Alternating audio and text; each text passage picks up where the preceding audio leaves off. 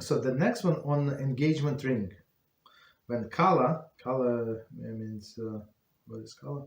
The bride, right? The bride, when the kala received the engagement ring from her Hassan, Hassan is a groom, bridegroom, some poskim rule that she should recite Shehecheyanu blessing. A woman should recite Shehecheyanu when purchasing or receiving new silver candelabra, if it brings her great joy. Okay, so a few things. So she's getting engagement ring. Okay.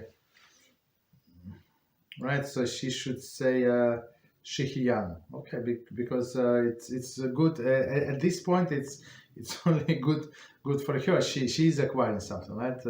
Right, she's going to the only one to enjoy it. Or they say when she's getting silver candelabra.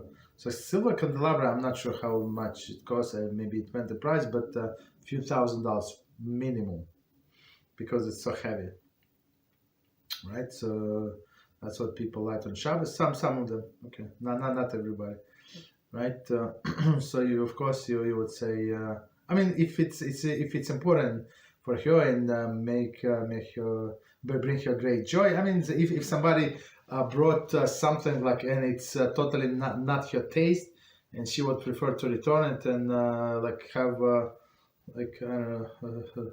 The ceramic one, or like the different kind one, so she would not need to say this blessing, only when it's bringing you joy.